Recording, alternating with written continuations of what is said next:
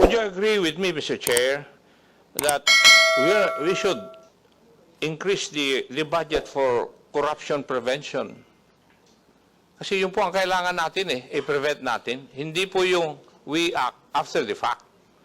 Yun po yung aking punto lang. If I ask the personal opinion of the Honorable Ombudsman, would he agree to this? Your Honor, 1,001% I agree with you.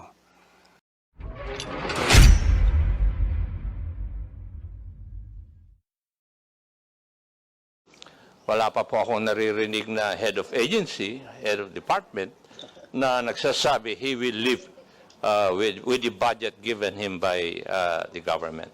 So, congratulations po, Ombudsman Samuel Martires. Now, the COA at saka yung Ombudsman, they are supposed to be the guardians or the agencies primordially responsible for our anti-corruption operations insofar as our government is concerned. Sana po magkaroon po ng cooperation yung COA at saka Ombudsman kasi kailangan po silang mag-coordinate para po dun sa mga kaso na dapat ma-file sa korte. Because I agree with the Ombudsman when he stated na yung endemic na po ang corruption. Why? Because in the Corruption Perception Index, among 6 ASEAN nations, tayo po ang pang-anim where Singapore, Malaysia, Vietnam, Thailand, and Indonesia are above us insofar as Corruption Perception Index is concerned. Nandun po tayo sa huli. Now, may I ask the Ombudsman, bakit po yung, insofar as your case statistics are concerned, from 2020, your conviction rate was 61.2%. It went down to, in 2022, to 26.5%. May I know what caused this drop insofar as your conviction rate is concerned, Mr. Chair? Your Honor, ito po yung sinasabi ko kanina, the unfair evaluation of the Office of the Ombudsman, where our performance is based on the conviction rate. The Office of the Ombudsman functions as a prosecutor and not as a judge. Whatever findings we have, insofar as we are concerned, there is probable cause. Insofar as we are concerned, our case is strong. The only problem is, pagdadating po sa husgado, iba po ang pananaw ng huwes, whether with the Sandigan Bayan or with the lower court. So, I reiterate that we should not be judged on the number of convictions that we have.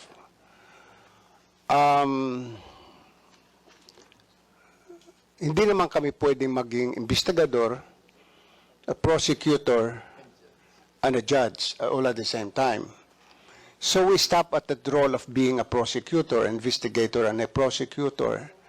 So ito lang po ang hinihiling ko, not only in Congress, but also with those who would rate the Office of the Ombudsman, especially Transparency International, some agencies of the United Nations, wag naman kami sasabihin, i-rate kami on the basis of our performance as conviction sa court. Hindi ho kami ang husgado Kami ay prosecutor.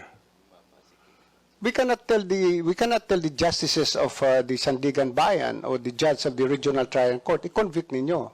Of course, we cannot do that. In much the same way, not if we secure conviction from the Sandigan Bayan, the accused goes up to the Supreme Court, ibang pananaw ng Supreme Court, reverses the Sandigan Bayan, and convicts the accused. Marami yung ganyan or acquits the accused. So, I find it so unfair that the Office of the Ombudsman or our fight against corruption is based on the number of convictions. ano na lang ho ang nangyari sa mga pinaghirapan, pinagpawisang mga investigasyon sa mga kaso? Where we even go to the extent of going to Patikul. We go to the extent of, going to, in fact, one of my prosecutors, one of my investigators has to resign. He was threatened by a mayor in Region 6. Nanghihingi po siya ng mga dokumento, sinigawan siya ng hindi niya alam na yun ang mayor. Tinanong siya, sino ka? Dahil hindi niya kilala, sumagot din siya, sino ka rin ba? So, from that time on, he was threatened by the mayor, he has to resign and he's now in Canada. So ito yung mga facts, mga realities na dinadaanan namin na hindi na-appreciate itong mga nagre-rate sa amin. Ang tinitingnan lang po yung conviction rate. Sana po wag yung conviction rate.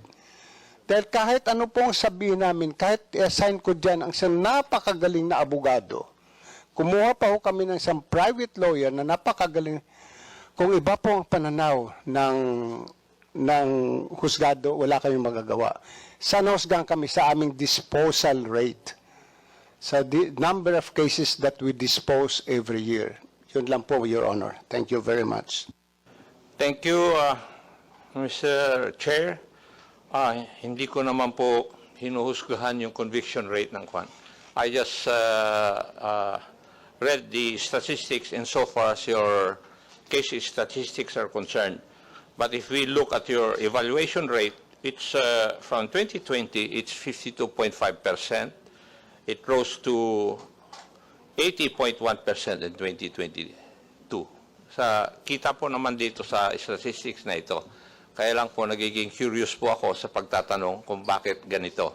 So I find your answer logical, sir. So I will go to the next issue, which is your budget. Sir, excuse me po. Ipagpaumanin po ninyo, pero I'm not pointing an accusing finger. Nakasanayan pong gawin ng mga tao sa ombudsman na gumawa ng ganiting report na inilalagay yung conviction rate. Ayoko na lang pong baguhin yon, baka magmukhang kontrabida po ako sa mga predecessors ko. Maraming pong salamat. Thank you. Mr. Chair, if we look at the budget of the Ombudsman, its cost structure would be 3.4 billion for general administration and support, which it's because of their PS, and 30.2% or 1.5 billion for operations. Now, kung titingnan po natin yung operations budget nila, the bulk would go to anti-corruption investigation program. The second one would be anti-corruption enforcement program, and the third one would be corruption prevention program, which would take 6.4% of their operations budget, and 84.3 million for Ombudsman Public Assistance Program. May I just ask, Mr. Chair, bakit po yung prevention aspect dito ay mas maliit po ang budget kaysa dun sa anti-corruption investigation program at saka anti-corruption enforcement program? Hindi po pa dapat mas maganda yung gastusan na lang po natin ng mas malaki yung ating prevention, kasi we are preventing the commission of corrupt practices. Kung titingnan po natin, parang ang emphasis natin is after the fact, hindi po yung prevention aspect, Mr. Chair. Mr. Chair, Your Honor, yung pong prevention program ng Ombudsman, this pertains po sa mga seminars o training programs na ginagawa namin sa kabataan and some various government offices. Para lang po sabihin sa kanila ano ng mga batas tungkol sa corruption o anti-corruption. Kaya medyo maliit lang po ang budget namin kasi ang ginagastusan lang naman po doon yung materials at saka pagkain. hindi na po kami nagbabayad ng mga resource persons dahil mayroon na po kami sariling resource persons within the office. So kaya medyo maliit lang po ang value, ang budget para doon. Thank you. Would you agree with me, Mr. Chair, that we should increase the budget for corruption prevention? Kasi yun po ang kailangan natin i-prevent natin. Hindi po yung we act after the fact.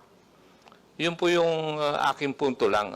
If I ask the personal opinion of the Honorable Ombudsman, would he agree to this? Your Honor, 1,001% I agree with you. Marami pong salamat, Your Honor, and Mr. Chair, marami pong salamat. Thank you. Thank you, Representative Acop.